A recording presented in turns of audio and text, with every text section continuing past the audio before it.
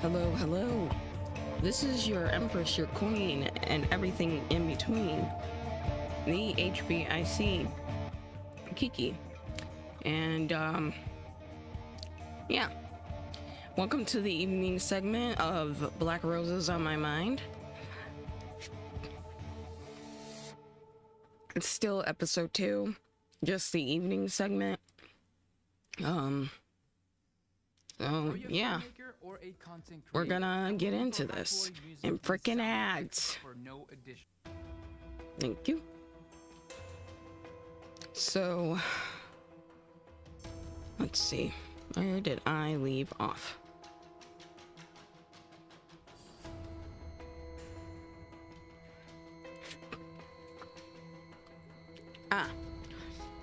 Right. As it says in the description, I do have, and as I mentioned before, I do have a small theory about his, about Aiden's, background, and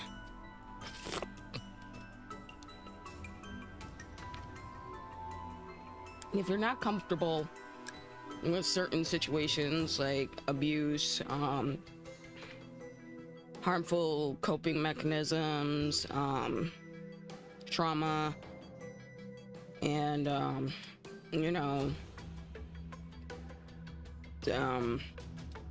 sex or whatever, I suggest not listening to it. It's an evening segment for a reason.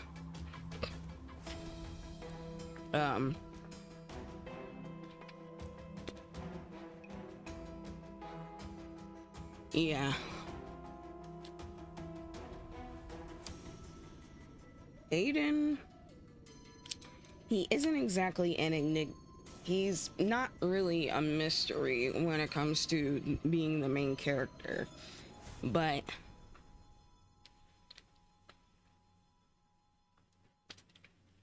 there are a few things that I noticed that were a bit unsettling to me around Ku.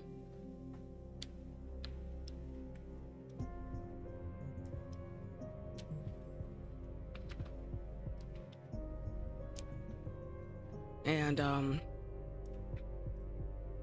yeah, it's just it's really troublesome, because now New Carnival came out with an art book, and it has a picture of little Aiden in it. And his profile. Now I'm gonna go through his basics in case no one's really familiar with New Carnival. Aiden is an orphan, and it is an isekai story game. It's a RPG, turn-based, and yaoi harem, boys love. But with Aiden, like, it isn't always just bam bam bam bam, sex. Like, there's a lot that goes into this, and there's a lot of stigma when it comes to being an orphan in this story. And one thing that frightened me, that really did catch me off guard, was Aiden's outburst towards Dante in chapter 9. Spoiler alert. And he clearly has trust issues, that's a given, but people see him as this naive, happy-go-lucky guy who gets what he wants or whatever, speaking for a couple of characters. But that always hasn't been the case. Aiden's always been alone and he's always been independent. Now, when I say always, I mean from early childhood onward. And he's never had anybody to really depend on. And when his moral character is attacked, he gets angry and he will speak his mind on it. And, you know, who's to say, you know, characters shouldn't stand up for themselves, but it's just kind of heartbreaking, you know? Like, oh, you turn your nose at him because he's a descendant of a great sorcerer, but he can't do magic, so he's basically worthless or useless. Like, it gets to the point where Aiden even puts himself down, where he lacks having a sense of self-worth. And that's very troubling. And what doesn't help, I can name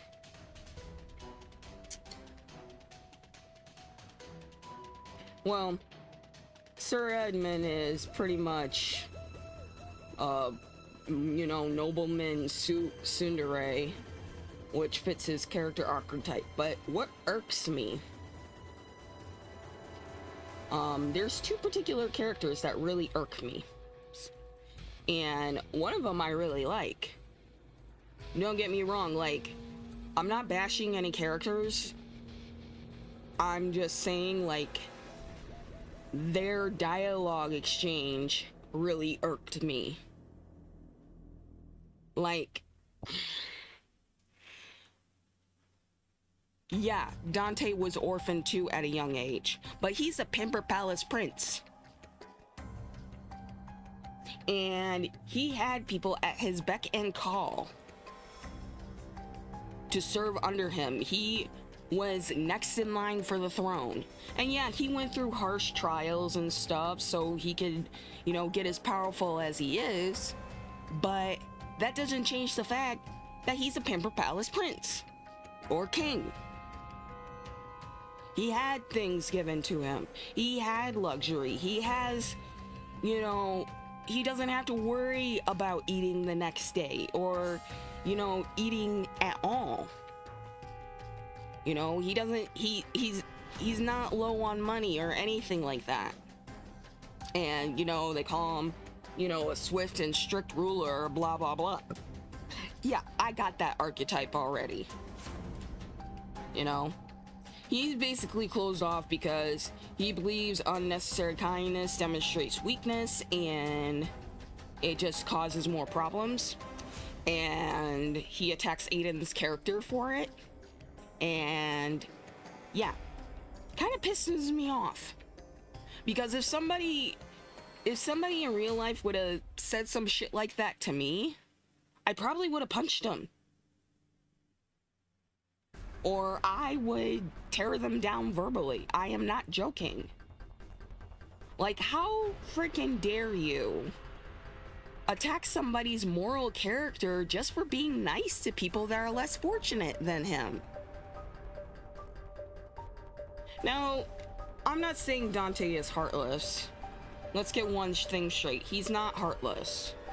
You know, like I mentioned before, the child that was, you know, the thief and stuff, you know, he gave them, you know, an exercise punishment, you know, and like, it wasn't a harsh, you know, punishment for the kid. And, you know, Dante is, you know, was right, you know, he does need to know, like, even if they gave him money willingly, he still drew a knife on them.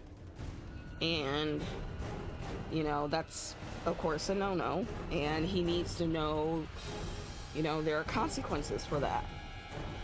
Which I get completely. But you don't need to be cocky about it. You don't need to be fucking smug about it. He's barely 21 years of age as well. He's younger than Eiden. But, you know, he's a powerful ruler. You know, he's not to be underestimated by any circumstances. Let's just get one thing straight. Like, I like his dominant fortitude. I like, you know, I do like the way he carries himself. It's just that part of him pisses me off. And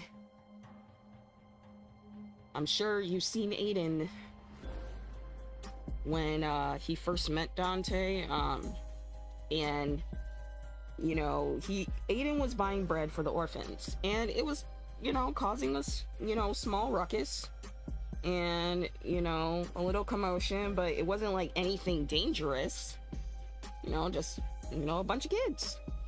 And Dante was like, no, people need to, you know, find their own way in life, and, you know, realize that not everything is gonna be handed to them. Hi pot, meet kettle. Says the king that has everything to his whim, if he says so.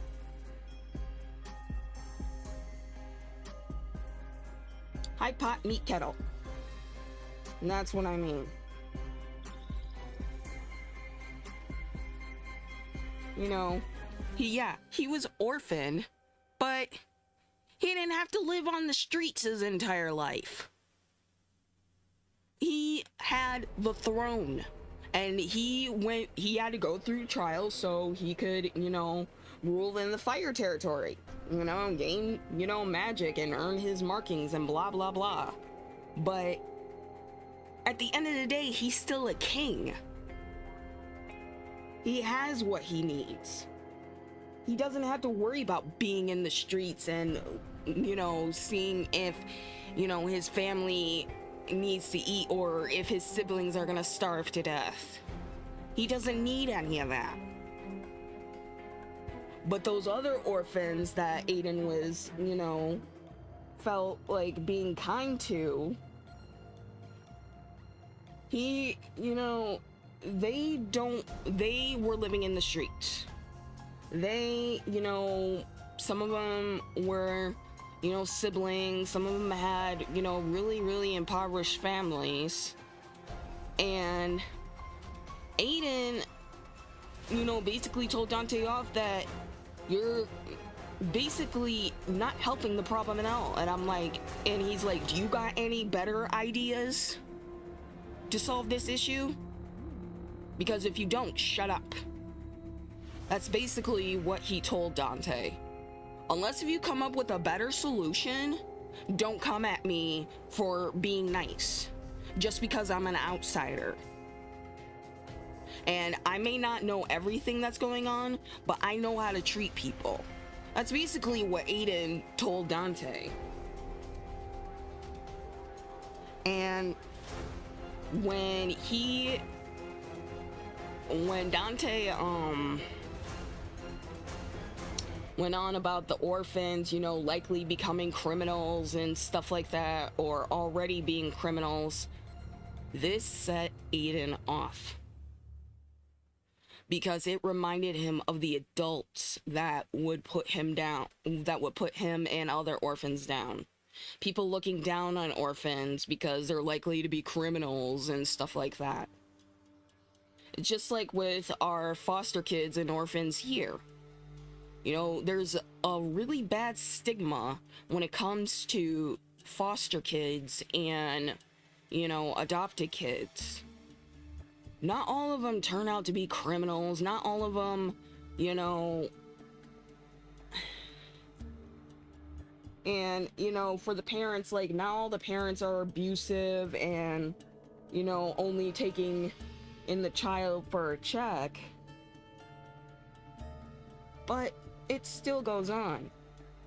But you don't know that child's story. The hell they've been through. And for you to look down on them for something they had no control over, Yeah, that would piss me off too, to be honest. You know? It's just like with My Hero Academia, you know, with the quirkless, you know, people looking down on them because they don't have a freaking superpower or aren't a goddamn mutant. You know? For something that is out of their control. And that's what set Eiden off. Now, yeah, Dante is stronger than him physically and stuff like that. You know, and he's, you know, trained in combat. So it's not surprised he was able to, you know, catch Aiden's punch. But the fact is, Eiden was about ready to lunge at him pretty much. Because of what he said. Because that tore into him. That was like the straw that broke the camel's back for him. Like, you're coming at me for my kindness. You're coming at me for being an orphan. And I'm like, I ain't, and he's already being told he's pretty much worthless by Kyuya. He's already being told that, you know, he's not worth the Grand Sorcerer's name. He's already being told, you know, what he can and can't do. Like, why add on to it? And yeah, Dante doesn't know this, but he added fuel to the fire. No pun intended. And psychologically, that really fucks with someone. Like, seriously. Eiden already has extremely low self-esteem. And he masks it. Like any other main character that seems happy-go-lucky or whatever, they're usually the ones in the most pain. And it shows.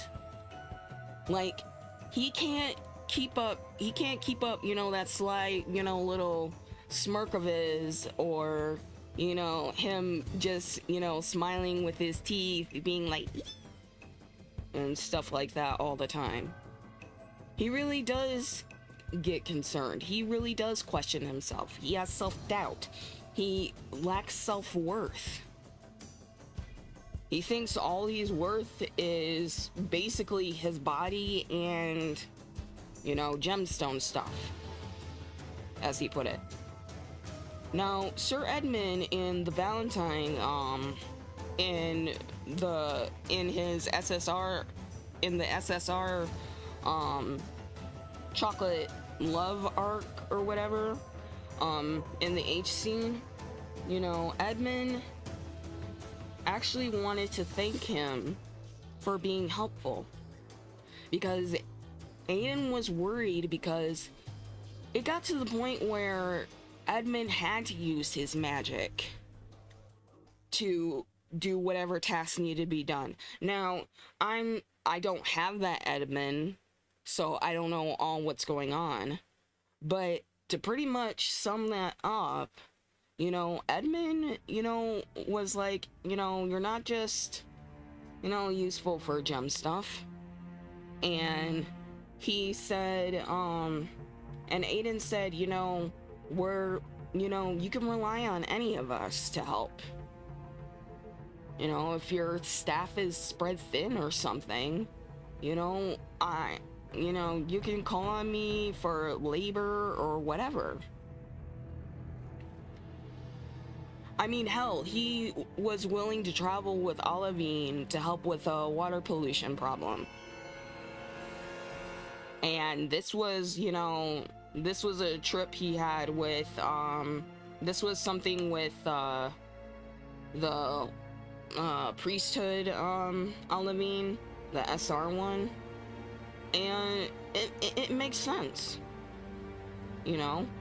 Eiden wants to be useful and helpful. He's not trying to rely on others on purpose. But Kyuya and Dante are making him feel, you know, inferior because he needs help. Now, what kind of bullshit is that? And let me tell you something. that kind of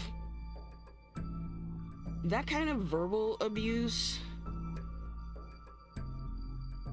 and, you know, gaslighting or manipulation, like, that's not healthy for Eiden.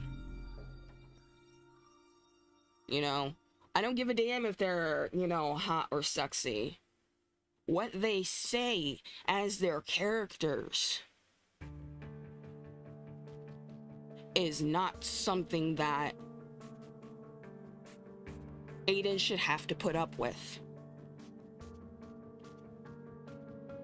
But of course, you know, Eiden gets lost in Kyuya's charm, and, you know, he likes using his illusion magic on Eiden because he's an easy target. But at some point, it will crack him. It probably won't in the further story. Like I said, I'm not on chapter 10 yet, so I don't know everything that's going on. At that point, I'm only on the beginning of chapter 9. But, it's shameful. And like I said, I do like Dante and Kyuya. Like, they're freaking awesome. I just don't like how they treat Eiden sometimes. Like, you want him, you know, basically to be meek and under your thumb so you can have that dominance and power. Like, what kind of dynamic is that? You know? And yeah, you know, being hard to get clan members, you know, you can't expect everybody to want to go with you and such, but basically telling him that he's worthless and he can't do anything right.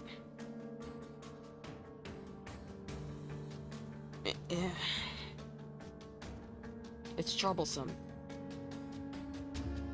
And for real life purposes, that would not be good for someone's psyche at all. And from what I can tell, he's shoving it down and biting his tongue because he's probably heard worse. But it's still not healthy. Now, this is an imaginary character. This is speculation, imagination, all that stuff. This is just me talking about what I see in this character, how their dialogue is written and such, and how their psychological well-being is, you know, is something of interest to me. This is something I'm doing, like, pretty much out of my interest. And, you know, there's no real indication, you know, he was bullied and I believe physically abused. I don't think sexually abused. But sex is kind of a coping mechanism for him. And he gets really attached to people because he had no one to rely on. He has, you know, he wants to develop bonds and meaningful relationships, you know, whether it be, you know, with a romantic partner or a friend. He just wants something like that. But, you know, back at his world, he wasn't developing those relationships.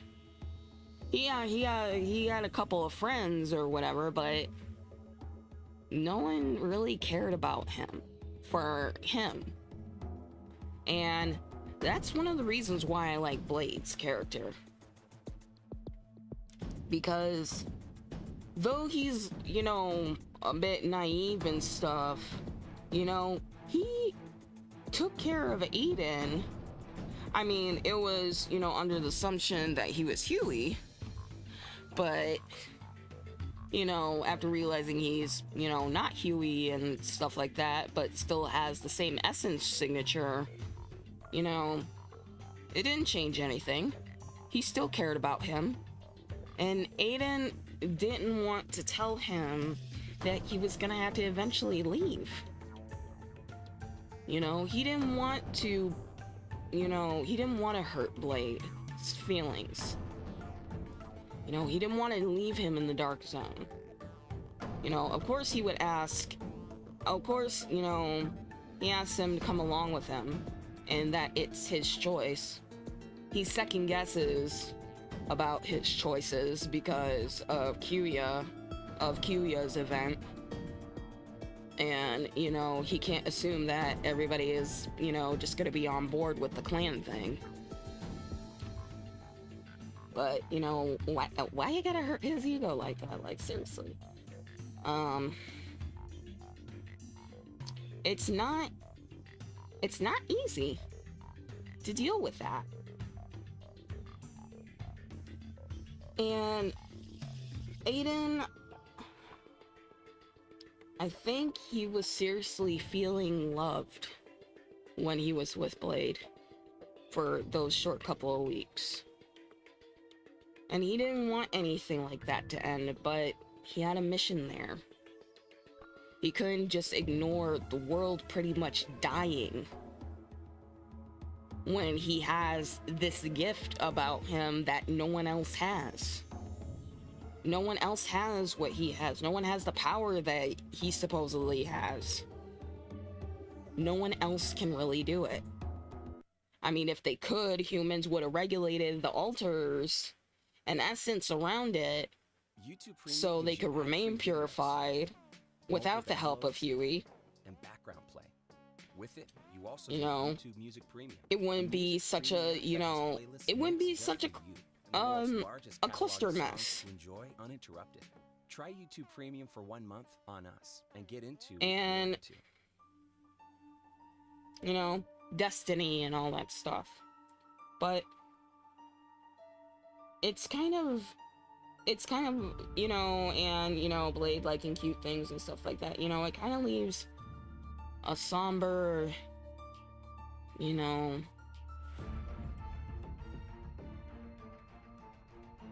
kind of leaves it leaves a loving impression on Eiden, and yeah, Blade has to read a lot of books to understand some basic human concepts, but I think Blade gets the concept of love and care, TLC. And that's something Eiden never had as an orphan. No one cared about him. No one, went to the store for him to get medicine when he was a child. He had to do that all on his own. Even if he was to collapse or whatever, they would just blame him. He was just another brat that they had to take care of, which they barely, did. And,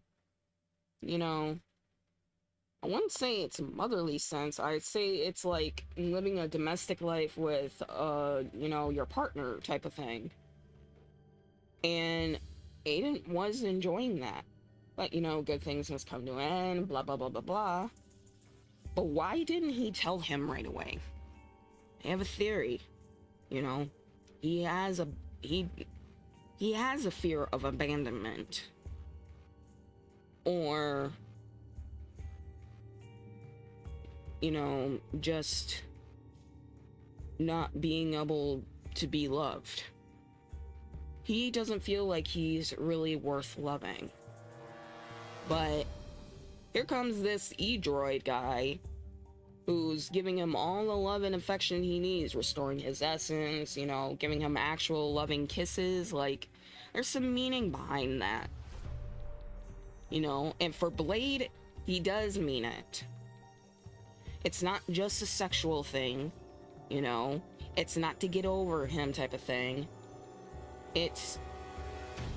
he desires this. He does have a point of desire. And I think he genuinely cares for Aiden. No one else has really demonstrated that in this series.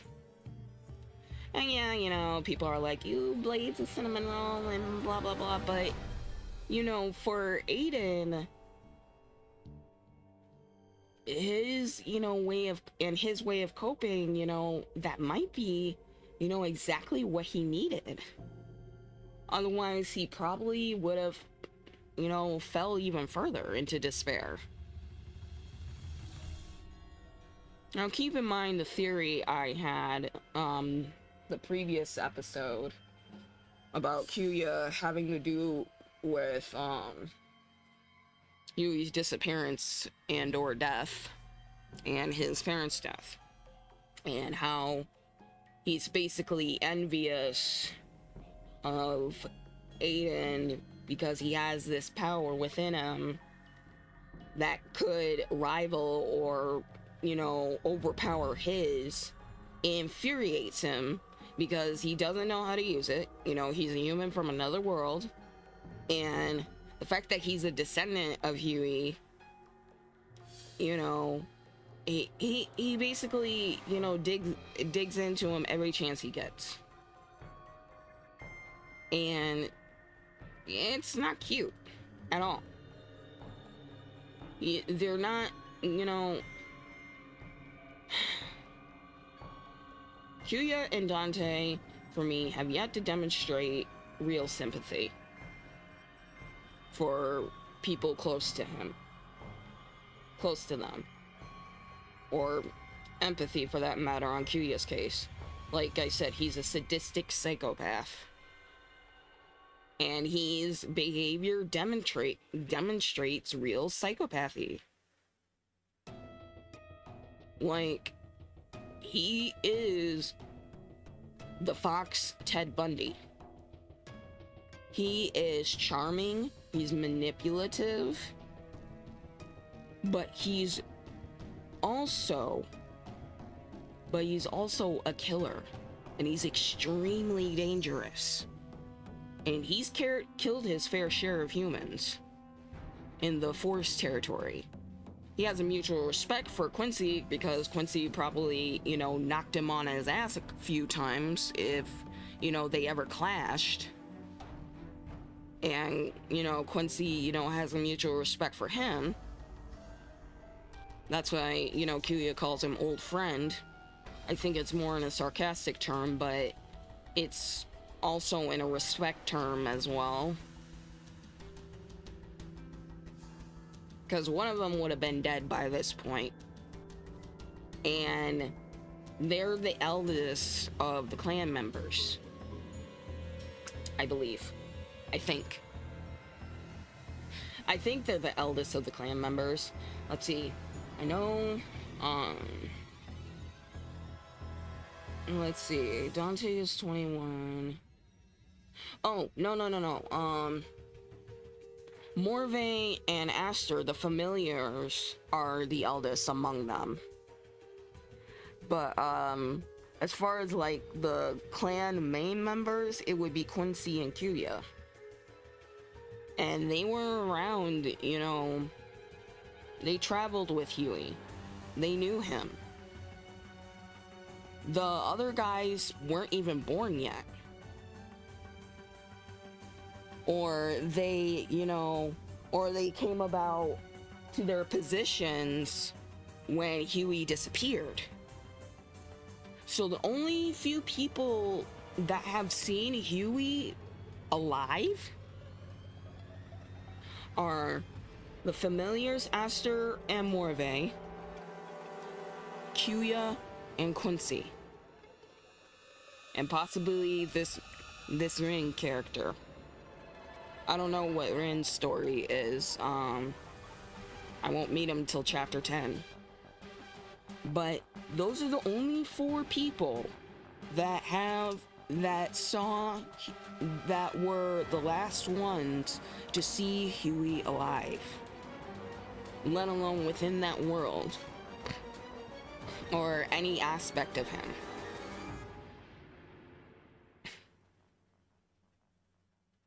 And, you know, Morvay and Aster, they're like decades old, like over 70 years old.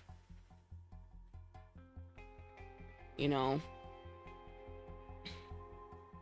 And, you know, how sorcerers have their, you know, familiars to help them with their duties and stuff like that, you know? That's what they were created for. But, a vampire and an incubus is kind of a strange choice in my perspective, but that's how it is. And it's mind-boggling because God, you know, what if Aiden came to the world as a child with Huey? Would he be raised among the familiars? Would he, you know, be raised separately from everybody else? Would he have been able to learn sorcery? Like, those are like a bunch of questions that, you know, might not get answered from a fan base point of view. But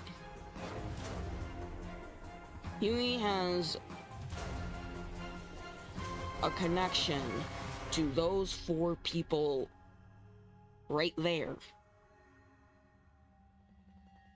And they were the last ones to see him alive. And like I said, but the most plausible thing, if, you know, Huey was killed, I would feel like Huey had something to do with it, regardless of him holding him in a high regard and to standard. I think Huey may have killed him, or have had him killed. Or maybe, you know, he was being mischievous and, you know, it was, you know, pretty much low-key dangerous, and, you know, the Lord of Yokai busted him before he could do anything. But, you know, Aiden is a descendant, and Huey is gone. He's dead. Now, he could have died of natural causes, old age, but he was pretty up there in age. And relatively healthy the last time Morvay and Aster saw him. So, because he was still traveling around the world regulating altars and, you know, studying essence and all that stuff. He was doing just fine. And then, bam, gone. And then, you know, 30-something years later, here comes Aiden. You know?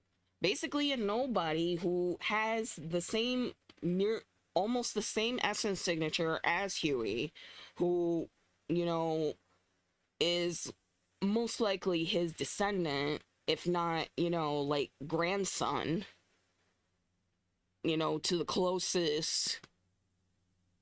I don't think Huey was his dad. I think the closest would have been, like, grandfather. And his son or daughter, you know, got married and, or got together with someone and had Aiden, and, you know, they were taken from Aiden too soon. And I'm going to reiterate this, because this is still important. The orphanage named Aiden, not his family, not his parents. He's been there since he was a baby. Probably barely a few months old, if anything. And I don't know if it states that the orphanage knew the parents or anything. I don't think it's likely.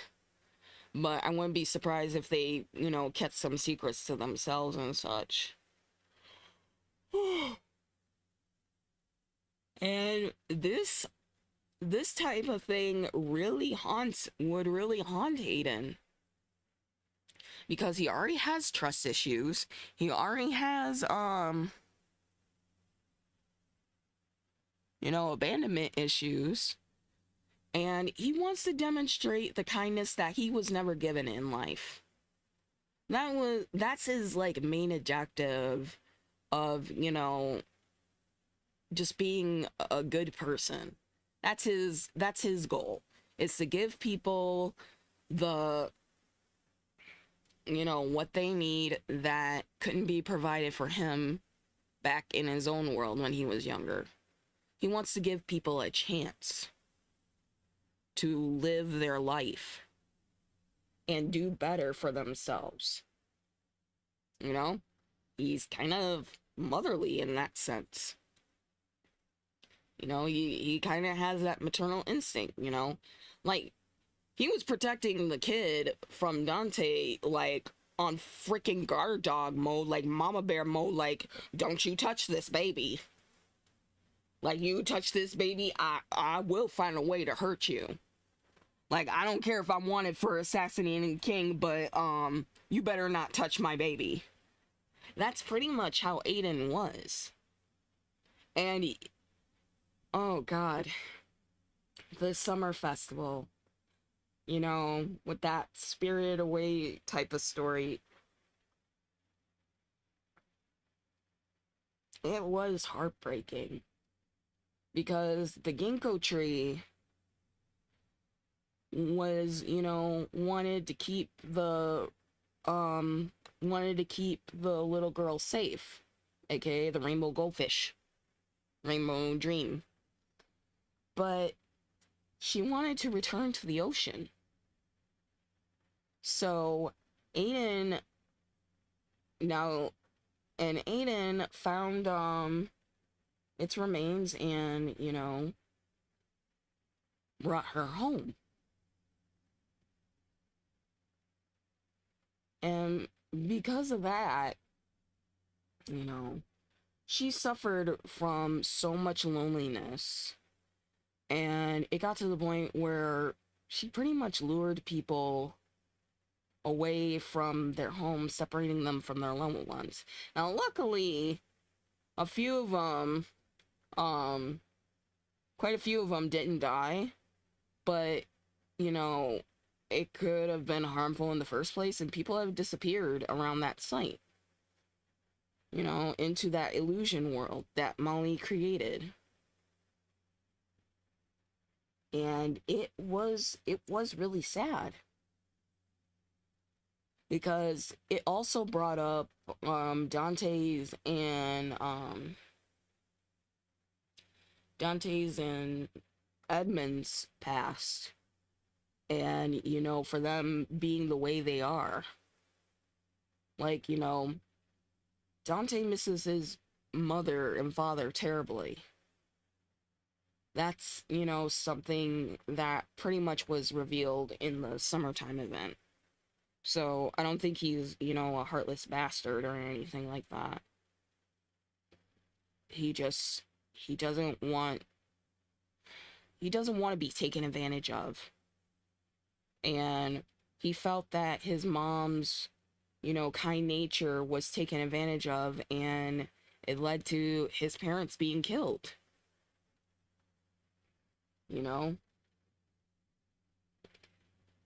And he said, if only I wasn't so weak, I could have protected my mom. And Aiden's like, no, you were a kid.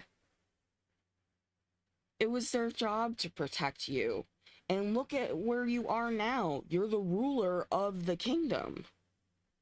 If it weren't for your mom doting on you to make sure you were well as a frail child, you would not be here today.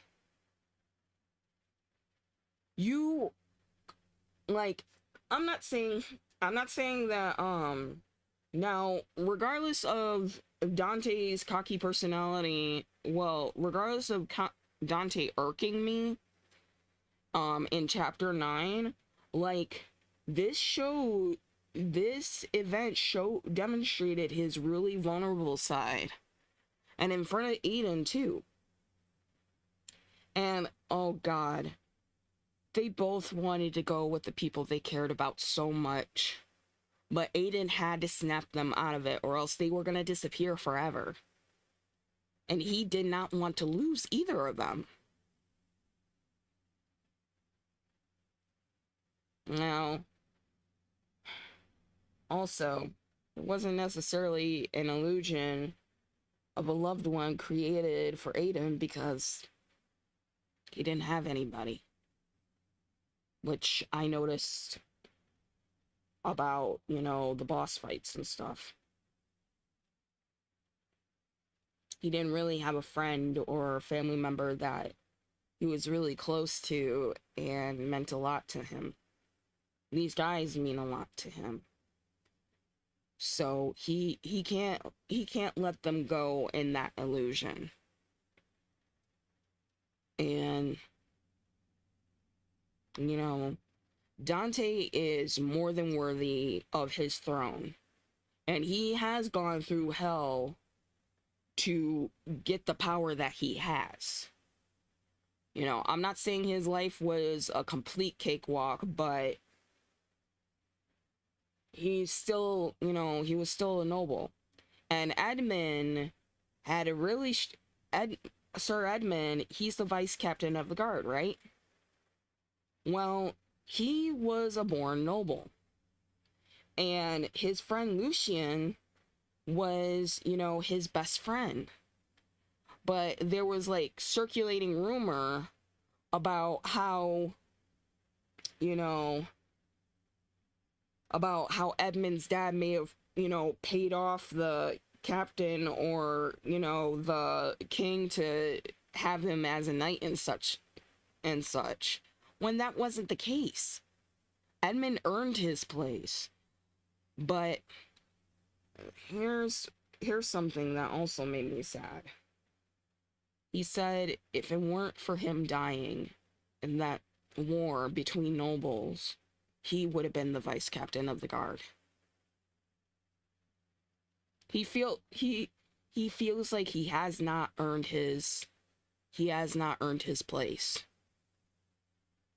And he'll never truly know. I mean, the captain of the guard, of course, which was Lucien's older brother, he told Sir Edmund that he earned his place as vice captain. If anything, but Edmund still feels like he was supposed to be second choice. And he feels it in his heart that Lucien should have been the one alive and forsake his own life. That's why he hurts himself. That's why he pushes himself to a degree to where, even where he ends up getting exhausted. I mean, in the White Day arc for, his character, like, he had to use magic, which means he was physically getting exhausted and his essence was completely out of whack. He wasn't balanced, and this was going to hurt him. He didn't care if this kind of thing would kill him or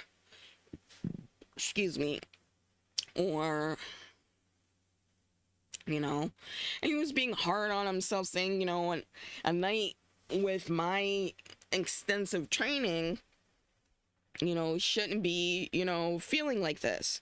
But, dude, you're also a human. You aren't a fox spirit. You aren't a being that can't get tired. It's not like you're an E-droid or anything like that. He is a human being, and he needs to treat himself like one. Yeah, I'm sure he knows his limits, but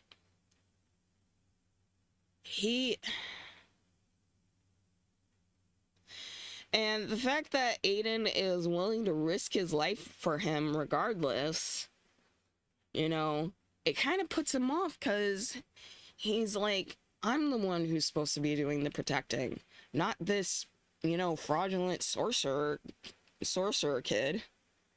Like, what the hell? Like, I shouldn't be so damn weak. And, it can hurt someone's pride, blah, blah, blah, but, these are really unhealthy ways of coping with their trauma. And, Dante, he does demonstrate a sense of humanity. He does think about his kingdom and, trades and stuff like that. But, he's not seeing the bigger picture beyond just, governing the city. Like, what does it mean to govern? It means taking care of your citizens. All of them. Lessen the poverty level and all of that stuff. Yeah, it's not easy, but that's what a ruler is supposed to do for their country. You can't just, punish people because, you don't give a damn about their circumstances. Like, their circumstances drove them to this, and you were not helping. So what's the point? That's basically what Eiden was trying to get through to him. Like, demonstrating basic human kindness does not, weaken an iron wall or make, somebody weaker. It demonstrates their humanity and that they aren't selfish. They're willing to put others before themselves. And that's something that really irks Dante too. He just does not get that concept of how, a weak guy like Eiden, who doesn't have power, who doesn't, really have nobility or money, he still gives with having nothing. And he just does not understand that. He thinks Eiden is wasting his time and that he needs to take care of himself. That's not how Eiden functions. He barely does anything for himself. I mean, besides, the sexual gratification, like, what else has Eiden really done for himself? It's not like he's going around, being like, I'm the Grand Sorcerer's successor, give me everything I want, give me all the jewels, give me all the money, and all that stuff. He isn't trying to smooge with the nobility. He can't stand the frickin' nobility. And, he wants everyone to be happy. But, the ones with the sticks up their asses are the ones that are most difficult. But I empathize with them as well. Because I understand the concept of putting others before yourself. Probably more so than a lot of people. Because that's just the kind of person I am. I would make myself broke if it meant, somebody else could, be happy. Or, able to pay their bill and, keep that bill for a couple more months so they can get their stuff together.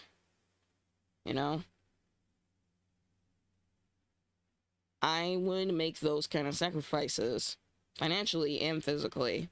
And I'm not going to get into the physical ones because those are more personal. But in Eiden's shoes, he puts others before himself. in the best way he can. He's trying to see his self-worth. He's trying not to get so down to where he can't help other people. All he wants to do is help. You know? Hell, I think with, some magic training and stuff like that, he would make a awesome sorcerer. Granted, it would take, quite a few years to get to the level Huey was, but there's something in Aiden that can trigger this. But asking him not to demonstrate just him being human is ridiculous. That's not what it's about.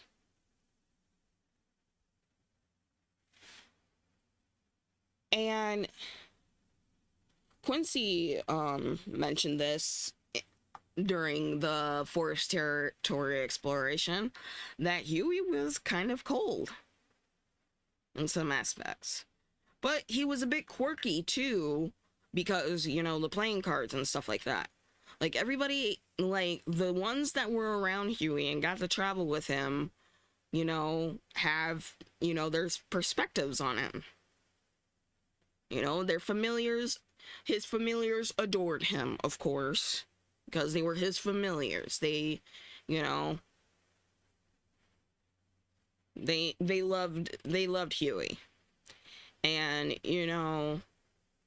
Kuya has this weird respect for him. I still say he fucking murdered him. But, he has that for him. And then, Quincy, he was helpful, but he wasn't exactly, somebody to warm up to. Not like Aiden. And that's, something that Quincy actually likes about Aiden. Is, he really, he's not used to somebody, really wanting to talk to him, for something other than something practical. And he says troublesome, but that troublesome stuff is kind of bullshit.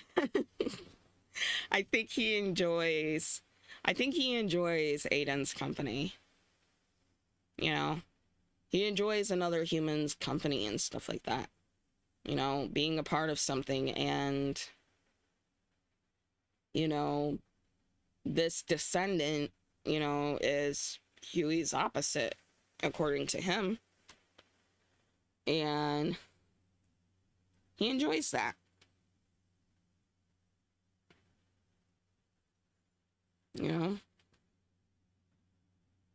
And he does look out for him. That's something that's overlooked. People say he's dry and boring and doesn't say much and stuff. He saved his life a couple of times. And, he's, helped them, as a guide through the forest and stuff. But he, put himself in front of Aiden to protect him. Granted, Aiden, did the same thing. And by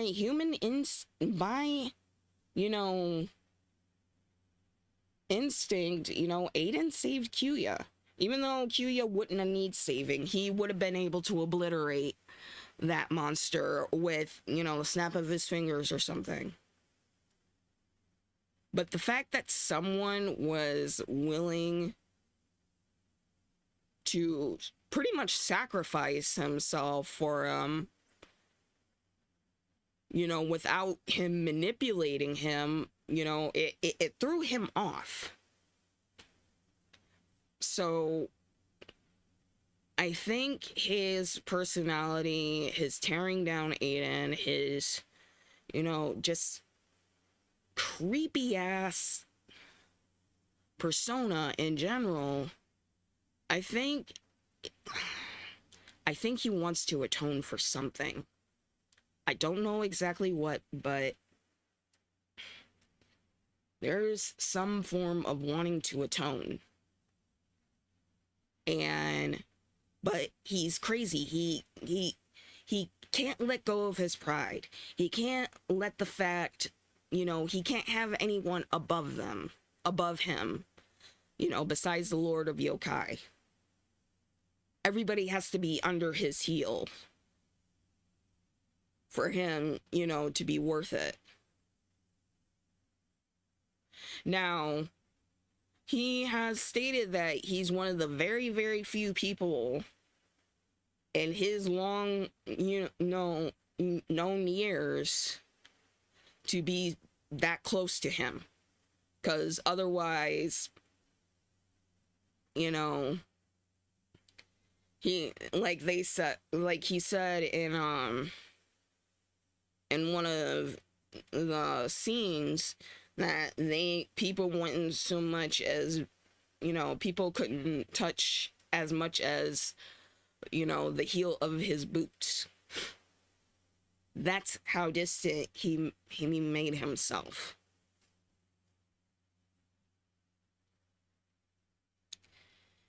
And,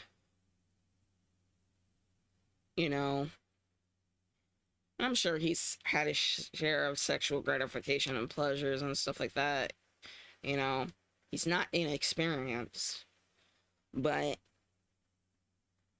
how Eiden wants to understand him is also putting him off.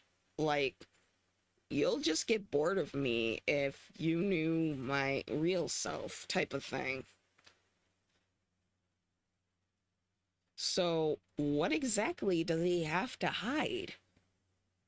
That he feels like, no one would care about for. Why would the great Kuya, the all-powerful fox spirit, be afraid of showing his true self, of being vulnerable enough to be himself? He fears he won't be entertaining enough, that he'll be discarded because, he's not, being a villain and, being mysterious and all that stuff. He feels like he has nothing else. And that is concerning about his character, too. Besides the murderous stuff and, all that extra stuff, he is self-conscious about, his status, his, demeanor, anything. He does not want to demonstrate any form of weakness. He lacks empathy as well. Humans end up being his plaything, and he has no remorse over that. But what is he being so self-conscious about? Why is he so closed off to be himself and just wants to, play around, not take anything really seriously? Like, this is something, he should want for himself, but he doesn't. And this guy is long-lived. So, what's going on with him? Why is he like this? And, well, until I unlock, his rooms and stuff, I'm not gonna know. But I do need to know, like, I'm trying to unlock his damn intimacy rooms so I can put some of the pieces together. But it's frustrating. And there's a new version of him coming out for the Autumn Fest with him and Quincy, as I said, and the quote he used is more ominous. He's saying, let me put you out of your misery. Oh, wow. Ho-hum. Like, got that, of course, unsettling smirk on his face. Lead the fly to the Venus flytrap type of smile. But the dual moons are bothersome to him, from one of his quotes. So, what changes are we expecting from this? What changes does he not want to go through? Or what doesn't he want people to see? It might bring something out of him that he doesn't want anybody to know this part of him, or the real him for that matter. Because Aiden's trying so hard to understand him. He wants to know what makes this guy tick so he can, do better for him or do good by him without, pissing him off.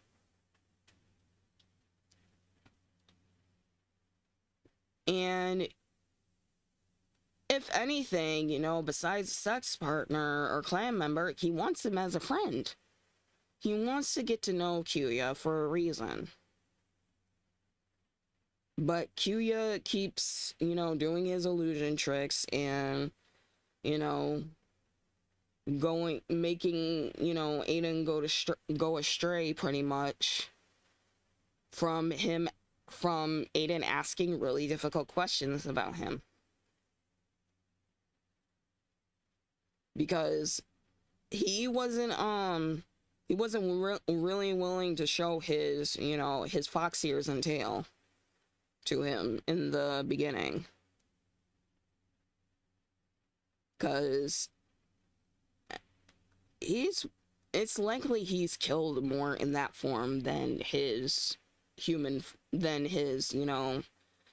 without his ears and tail. It brings out the true yokai in him. And he's on guard for this. So I'm going to try and figure that out in the game. If not, I'm going to look it up. I don't know. I don't want to cheat. So, yeah. But that's all I have in regards to Aiden and his psychology and, dealing with childhood trauma and abuse. And, how the interconnections between him and the other clan members do have an effect on him as a person. So, this has been your Empress, your Queen, and everything in between, the HBIC Kiki, and I'll see you next time. Bye!